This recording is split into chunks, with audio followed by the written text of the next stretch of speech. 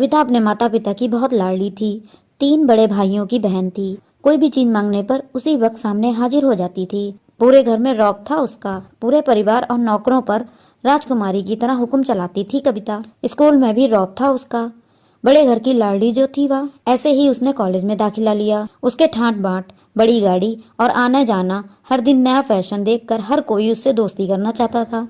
थोड़े ही दिनों में उसके बहुत से दोस्त बन गए। पूरे कॉलेज में उसकी अपनी ही एक पहचान थी। इन दोनों उसके घर एक रिश्ता आया। खानदानी लोग थे और पापा की पुरानी जान पहचान थी उनके साथ। कविता के साथ कोई जबरदस्ती नहीं थी, पर कविता ने फिर भी हाँ कर दी, क्योंकि वह अपने परिवार से बहुत प्यार करती थी। वह जानती थी कि वे लोग उसका अच्छा ही सोचेंगे। लड़के का नाम राज था। राज काफी पढ़ा लिखा और समझदार लड़का था। ससुराल वाले भी बहुत अच्छे थे। ससुराल में कविता की जगह वैसे ही थी जैसे कि मायके में। कोई भी कार्य कविता की सलाह के बिना नहीं होता था। सबकी लाडली बहू बन गई थी वह। फिर उसके घर में एक बेटे का जन्म हुआ।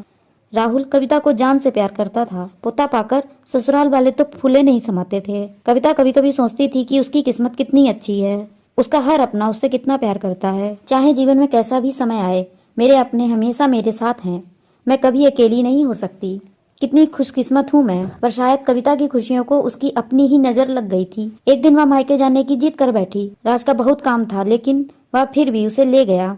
रास्ते में उनकी गाड़ी अन्य गाड़ी से टकरा गई। कविता, राज और राहुल बहुत बुरी तरह से जख्मी हो गए। काफी दिनों के इलाज के बाद राज और राहुल तो ठीक हो गए, लेकिन कविता पूरी तरह ठीक नहीं हो सकी। सर पर चोट लगने के कारण वह अपनी आंखों की रोशनी खो बैठी। अब कविता की किस्मत जैसे उल्टे पांव चलने लगी। मायके वाले कुछ दिनों तक उससे मिलने आते रहे, फिर कभी कभार फोन करके ही पूछ लेते थे कि अब कैसी हो। धीरे धीरे ये सिलसिला भी कम हो गया। ससुराल वालों की सहानुभूति भी कम होने लगी। घर में किसी के पास बैठने के लिए कहती तो जवाब मिलता, बहुत काम है, अब तुम भी हाथ नहीं बटा सकती।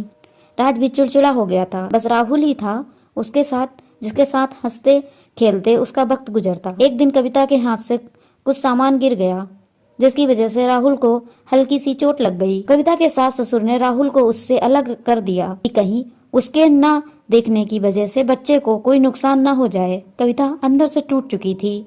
एक दिन उसने सबके सामने मायके जाने की इच्छा रखी तो राज उसे तुरंत मायके छोड़ आया, जैसे कि वह भी यही चाहता था। लेकिन राहुल को उसके साथ नहीं भेजा गया। कविता कभी राहुल से दूर नहीं रही थी, पर अपनी कमी के कारण उसने ज्यादा बहस नहीं की। कविता को लगा कि वह 3-4 दिन वहां रहेगी तो थोड़ा हवा पानी बदल जाएगा, क्योंकि वह कितने दिनों से कहीं बाहर नहीं गई थी। घर वाले भी इतने दिनों बाद उसे देखकर खुश होंगे। कविता के घर पहुंचने पर सब लोग बहुत खुश हुए। खाने में सब कुछ कविता की पसंद का ही बना था। उसने अपने मम्मी पापा और भाई भाभीियों से दिल खोलकर बातें की। उनके छोटे छोटे बच्चे भी बुआ के साथ घुल मिल गए थे। रात को सोने के वक्त जब वह कपड़े बदलने लगी तो उससे पता चला कि उसका बैग बहुत भरा हुआ था। वह समझ गई थी। वह बहुत उदास हो गई। कुछ दिनों तक तो सब ठीक रहा, फिर जैसे सब बदलने लगे। सबका व्यवहार बदल रहा था। वह लोग जैसे थक चुके थे उससे। सब लोग घुमा फिरा के पूछने लगे कि राज कब आ रहा है, उसे ले जाने। वह बहाना बना देती, जबकि वह जानती थी कि उस घर में अब उसके लिए कोई जगह नहीं। कविता से चलते वक्त कुछ ना कुछ नुकसान हो जाता। थोड़ी बहुत टोका टाकी उसे सुनाई देती, वह टाल देती। एक दिन उसके हाथ से लगकर एक कीमती फूलदान टूट गया। छोटी भाभी ने बहुत हंगामा मचाया। कविता के माता पिता रोज रोज के झमेले से तंग आ गए थे। उन्होंने राज को खुद से फोन कर दिया। राज कविता को अपने घर ले आया। कविता को अपने परिवार वालों से ये उम्मीद ना थी। जिस कविता के कहे बिना घर में एक पत्ता भी नहीं हिलता था, उस घर के लिए वह अब बोझ बन चुकी थी। राज के साथ ससुराल आते वक्त वह बहुत खुश थी, क्योंकि वह अपने घर जा रही थी, अपने जिगर के टुकड़े राहुल के पास। परंतु यह खुशी भी कुछ पलों की ही थी। सारा बंदोबस्त पहले से ही किया हुआ था। कविता को सीधे ऊपर वाले कमरे में पहुंचा दिया गया।